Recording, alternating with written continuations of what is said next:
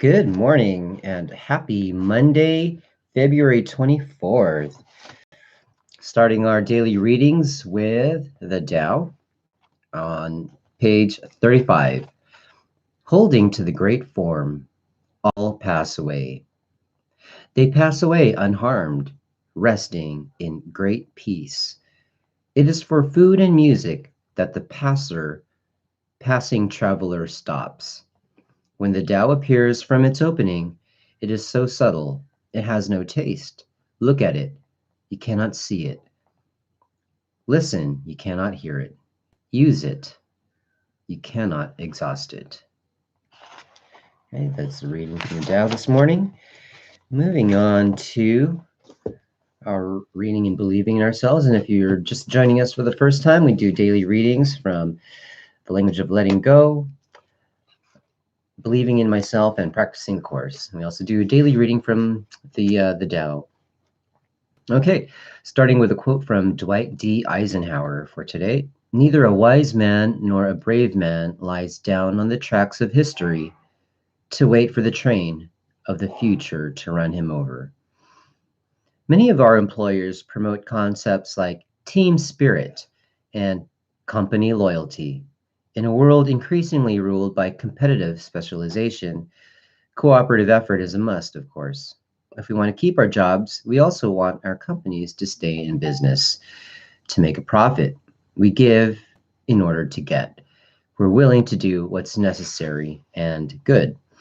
But there's a dark side to being defined as a team member. We can abandon common sense and lose creative self-reliance if we let ourselves be completely swallowed up by any team or company. Sharon's company, for example, thinks in terms of units, not people. Like many others, this company feels free and is free to pull up stakes and move entire operations from one end of the country to another. The disruption of human lives is never considered. Rumors of such a move sent Sharon to a counselor who told her to take matters into her own hands by making an ABC list of job opportunities she could pursue if the pullout actually happened. It all sounded good until the end of the session when Sharon said, "Yes, but when are they going to tell us what our ABC choices are? When are they going to come and tell us what to do?" They aren't. The choices are ours and the responsibility is as well. Passive passengers often get driven where they don't want to go. All right, may that be a lesson to those of us in corporate jobs. We feel very comfortable in them, but we often let go of the reins of what happens to us in our lives, and we relinquish that control often until it's often too late. You realize that the company is sinking and you're going down with the ship and you've done nothing to keep yourself marketable. You end up like me, a year unemployed. Anyway, here we go. Recognizing feelings. Experiencing feelings can be a challenge if we're learning, if we've had no previous experience or permission to do that. Learning to identify what we're feeling is a challenge we can meet, but we will not become experts overnight. Nor do we have to deal with our feelings perfectly. Here are some ideas that might be helpful as you learn to recognize and deal with feelings. Take out a sheet of paper. On top of it, write, if it was okay to feel whatever I'm feeling, I wouldn't be judged or bad or wrong. What would I feel? Then write whatever comes to mind. You can also use a favorite standby of many people in discovering their feelings, writing or journaling. You can keep a diary, write letters you don't intend to send. Just scribble your thoughts onto a notepad. Watch and listen to yourself as an objective third person might. Listen to your tone of voice and the words you use. What do you hear? Sadness, fear, anger, happiness? What is your body telling you? Is it tense and rigid with anger, running with fear, heavy with sadness and grief, or dancing with joy? Talking to people in recovery helps too. Going to meetings helps. Once we feel safe, many of us find that we are open up naturally and with ease to our feelings. We are on a continual treasure hunt in recovery. One of the treasures we're seeking is the emotional part of ourselves. We don't have to do it perfectly. We only need to be honest, open, and willing to try. Our emotions are there waiting to share themselves with us.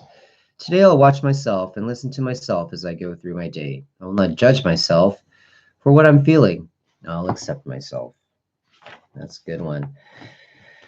I was with my daughter this weekend, just talking about different things, and one of the discussions I want to have with her is on feelings, and does she know how to recognize her feelings and emotions? Maybe they're the basic ones that we all know and recognize, but sometimes we need to talk with others to understand there are other emotions that we feel as well. We just haven't put a name to them yet. All right, here we go. The last reading from Daily Meditations for Practicing the Course. Here we are on February 24th, reading on love. Fear or love, there is nothing more. When we encounter angry family members or mean-spirited coworkers, our instinct is to respond in kind. We forget that they're asking for healing and help. Will we ever really change? Taking just one experience at a time makes change manageable. When someone lashes out at you, first breathe deeply rather than respond.